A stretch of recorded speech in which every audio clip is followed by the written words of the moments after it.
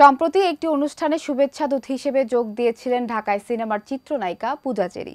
সেখানে তাকে কিছুটা ভিন্ন রূপে দেখা যায়, বেশ পরিবর্তন ছিল তার চেহারায়। আর এতেই বাধে বিপত্তি। পূজার চেহারায় হঠাৎ এমন পরিবর্তন আসায় নেটিজেনরা মনে করছেন প্লাস্টিক সার্জারি করেছেন তিনি। এবার এই বিষয়ে মুখ খোলেন নায়িকা। বিস্তারিত রাফসারের রিপোর্টে। শিশুশিল্পী হিসেবে শোবিজে ক্যারিয়ার শুরু করেন ঢাকাই চলচ্চিত্রের জনপ্রিয় নায়িকা পূজা চেরি। অভিনয় দিয়ে একে একে কেটে যায় তার ৬টি বছর। এরই মাঝে দর্শকদের ডজনখানিক সিনেমা উপহার দিয়েছেন তিনি। সম্প্রতি একটি প্রসাধনী কোম্পানি অনুষ্ঠানে শুভেচ্ছা দূত হিসেবে যোগ দিয়েছিলেন পূজা চেরি। সেই অনুষ্ঠান থেকে পূজার বেশ কিছু ছবি ও ভিডিও সামাজিক যোগাযোগ মাধ্যমে ছড়িয়ে পড়ে। সঙ্গে সঙ্গে শুরু হয় তাকে নিয়ে নতুন চর্চা।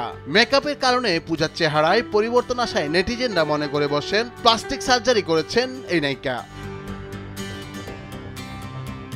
সামাজিক যোগাযোগ মাধ্যমে এমন জল্পনা চাউর হলে তার নজরে আসে পূজার। এছাড়াও ফেসবুকে শেয়ার করা নায়িকার নিউ মেকআপের ছবি দেখে একই দাবি করে বসেন ভক্তরা।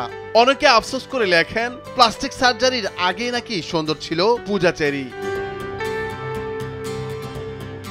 সত্যি কি প্লাস্টিক সার্জারি করিয়েছেন পোড়ামন 2 খ্যাত এই নায়িকা?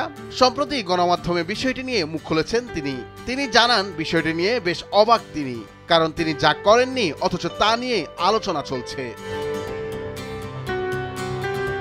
বিষয়টি নিয়ে খানিকটা বিব্রতও নায়িকা। পূজা বলেন, ফেসবুকে মানুষের মন্তব্যে অনেক অবাক হয়েছি। আমি সার্জারি করিনি, জেনে বুঝে কেন আমি নিজের ক্ষতি করব। প্লাস্টিক সার্জারির ফলাফল ভালো নয়, আমি জানি। এ কাজ কোনোদিনই করতে চাই না আমি।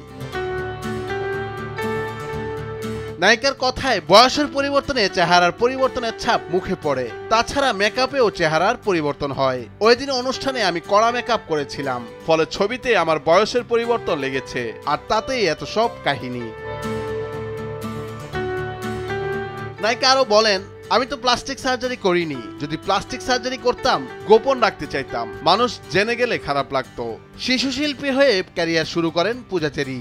অভিনয় দিয়ে দর্শকদের মন জয় করেছেন তিনি। পোড়ামন 2 সিনেমা দিয়ে নায়িকা হিসেবে অভিষেক হয় তার। তবে তার মুক্তিপ্রাপ্ত প্রথম সিনেমা নূরজাহান, এরপর দহন, প্রেমামা 2, গলুই, শান সিনেমাগুলোতে বড় পর্দায় দেখা গেছে তাকে।